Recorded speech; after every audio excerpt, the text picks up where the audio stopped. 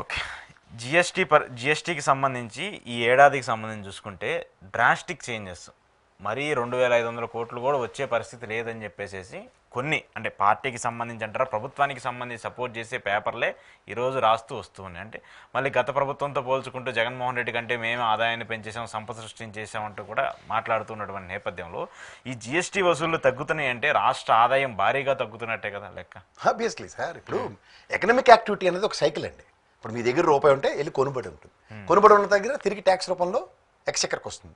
ఈ ఎక్స్చెక్కర్కి రొటేషన్ నువ్వు ఎవడు ఆపుతున్నావు? నువ్వే ఆపుతున్నావు. ఇప్పుడు గతంలో ఇప్పుడు నవరత్నాలని 10 రూపాయలు ప్రజలకు వచ్చే కార్యక్రమం ఉన్నప్పుడు అడేట్ చేస్తారు. ఇంట్లో కూర్చొని నేలమాలకి వెళ్తావు కూర్చోడు కదా ఎవడోను. అందులో బిలో పవర్టీ వాడంటే ఖచ్చితంగా దాని స్పెండ్ థ్రిఫ్టే ఉంటాడు. స్పెండ్ థ్రిఫ్ ఉన్నప్పుడు ఎక్స్చెక్కర్కి పర్ఫెక్ట్ ట్యాక్సెస్ వస్తాయి. అందుకే వీళ్ళకి అది శాతకాక ఇప్పుడు మీకు తెలుసో తెలియదు 33 కేంద్రపాలిత ప్రాంతాలతో కలిపిన రాష్ట్రంలో మన తర్వాత లడాకే ఉంది. దాంతో పోటీ పడుతున్నాం మనం జిఎస్టీలోను, జీడిపిలోను, జిఎస్డిపిలోను. ఇది మన సామర్థ్యం. ఎందుకంటే మార్కెట్ని ఎంత భ్రష్టు పట్టించాలో అంత భ్రష్టు పట్టించి ఈ సంవత్సర పాలన ఉంది. ఎందుకు అంటే మీకు ఎకనామిక్ యాక్టివిటీ క్రియేట్ కాకపోయింది అనుకోండి, ఎక్కడి నుంచి పని అవుతుంది? ఎక్కడి నుంచి క్యాష్ రొటేషన్ ఎక్కడ జరుగుతుంది? రొటేషన్ ఉండాలి, ఏదో ఒకటి ఉండాలి కదా. ఈవెన్ మీకు మళ్ళీ చెప్తున్నాను సార్, 500 నోట్లు ఎత్తడానికి కేంద్ర రాష్ట్ర ప్రభుత్వాలు డబ్బులు లేవు. డబ్బులు లేకుండా నీ అకౌంట్లో డబ్బులు ఉన్నాయి. సరే విజయవాడ మీకు అర్థమయ్యే భాషలో చెప్పంటే విజయవాడు ఓ బీడీ కట్ట సిగరెట్ పెట్టుకుంటాడు. రాయలసీమలో 2000 నోటు కనబడిలా ఖద్దరు షర్ట్లో పెట్టుకుని అద్దెకి తెచ్చుకుంటాడు. అది సిగరెట్ ప్యాకెట్, ఏది గోల్డ్ ఫ్లాగ్ ఫిల్టర్ది ఇంత పెద్ద డబ్బా ఉంటుంది, దాంట్లో 1-2 ఉంటుంది. సిగరెట్ సగం టైం వెలిగించినాడు అంటే మంది కనబడినప్పుడు ఆడు బిల్డప్ బాబాయ్. ఇక్కడ ఇదైతే మేము కోటేశ్వర్లు అండి, మన అబ్బాయిలు వాళ్ళు యూఎస్లో ఉన్నారు అని బిల్డింగ్ ఇటు దగ్గర రూపాయి ఉండదు, ఇటు దగ్గర క్యాష్. దాని భూములు ఉన్నాయి, బిల్డింగ్ ఉన్నాయని పెట్టకథలు చెప్తాడు. అంటే అది ఆస్తులు కనబడతాయి కానీ లిక్విడ్ ఉండదు. ఇప్పుడు అదే పని ఆ గుంటూరు వాళ్ళకి, విజయవాడ వాళ్ళకి, ఆ రాయలసీమ వాళ్ళకి సిగరెట్ డబ్బా బ్యాచ్కి చెప్పేది ఏంటంటే, అరే బాబు మీరు ఎలా నెట్టిస్తున్నారో ప్రభుత్వాలు అలా నెట్టిస్తున్నాయి. మీకు అర్థమయ్యే భాషలో చెప్పాలంటే అంటే బ్యాంకులో డబ్బులు ఉంచుకుంటే పేటిఎంలు వాడండి, తొక్క వాడండి, తోటకూర అంటే మన దగ్గర నుంచి అవతలకి వెళ్తాయి, ఏం వెళ్తానో తెలియదు. ఆడు రాలేదనో లబోదిబో 4 రోజుల తర్వాత ఆడమొచ్చుకుంటాడు. ఆడికి కనపడం మనకేం కనపడం.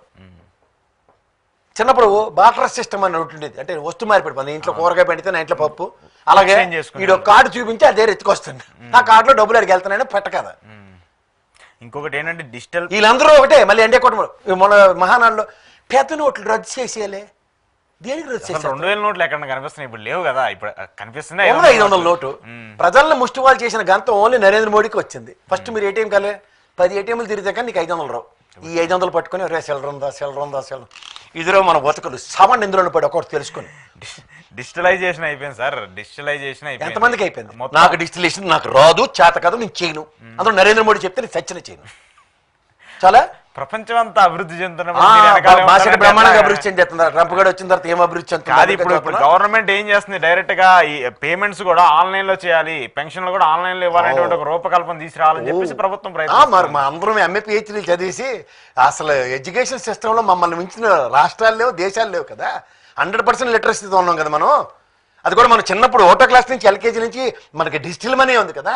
డిజిటల్తోనే మొత్తం అరణ్య ప్రాంతాల్లోనూ అటవీ ప్రాంతాల్లోనూ ఎస్సీ ఎస్టీ సామాజిక వర్గాలు, బిలో పవర్టీలో ఉన్న మీరే ఇస్తున్నారు కదండి. 80 కోట్ల మందికి రేషన్ ఇస్తున్నాం అని ఇలా గుండ్లు బాదుకొని 56 ఇంచీలు శాతి ఉన్నాడు చెప్తుంది కదా. పాత లెక్కల ప్రకారం 119 కోట్ల జనాభా లెక్క, నా లెక్క ప్రకారం వీళ్ళు కొత్త లెక్క పెట్టలేవాడు. అంటే 80 కోట్ల మంది బిలో పవర్టీలు రేషన్ ఇస్తుంటే ఇది దగ్గర డిజిటల్ ఫోన్, మొబైల్ ఫోన్ ఉంది, ఊహించుకుంటాడు. బటన్ నొక్కి ఏమొచ్చు పేసదగండి. ఎగ్జాంపుల్, నాకు రోజు నాకు చేత కాదు మొబైల్ వాడడం, ఇన్కమింగ్ అవుట్ గోయింగ్ చూసుకోవడం తప్ప. చాలా మంది ఫోన్లు కదండి. Is it mandate? నాకు ఆప్షన్ పెట్టుకుంటున్నారు దానికి. వీడో నన్ను ఎక్స్ప్లోర్ చేయడానికి. డిజిటల్ పేమెంట్స్ ఇప్పుడు ఉన్నటువంటి పరిస్థితుల్లో డిజిటల్ పేమెంట్స్ ఎక్కువ జరుగుతుంది. లేదు, టోటల్ క్యాష్ ట్రాన్సాక్షన్స్ ఆపేసామని చెప్పానండి. ఎవరికి నచ్చినట్టు ఆడు వచ్చి మాట్లాడుతూ 500 నోట్లు రద్దు చేసేయాలి, 2000 నోట్లు రద్దు చేసేయాలి. ఎందుకు రద్దు చేస్తున్నారు మీరు? రద్దు చేయండి, కానీ దానికి ఒక పర్పస్ ఉండాలి కదా. ఆల్రెడీ క్రియేట్ చేయండి. మాకు రద్దు చేసి ఆల్టర్నేటివ్ ఏదో ఒకటి ఉండాలి కదా. మళ్ళీ కొత్త నోట్లు మళ్ళీ తయారు చేయాలని చెప్పి ఏటీఎంలో 200 నోటు 100 నోట్లే పెట్టరు ఇల్లు. 100 నోట్లు మరి అలాంటప్పుడు ఈలోనండి నియంత్రించడానికి. ఓన్లీ 500 తప్పితే ఇంకేం ఉండట్లేదు ఏటీఎంలో కూడా. చదువు సంజయ్ లేని వాళ్ళు ప్రభుత్వాలు చేస్తే ఇలాగే ఏడుస్తాయి.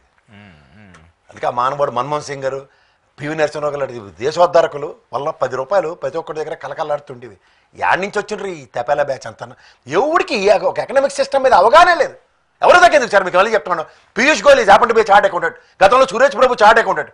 వీళ్ళిద్దరికీ ఫైనాన్స్ కాకుండా ఎవరంటే నిర్మలా సీతారామన్ ఇలా టోళ్ళందరూ తీసుకొచ్చేస్తే ఎక్కడ కంట్రోల్ ఉంటుంది?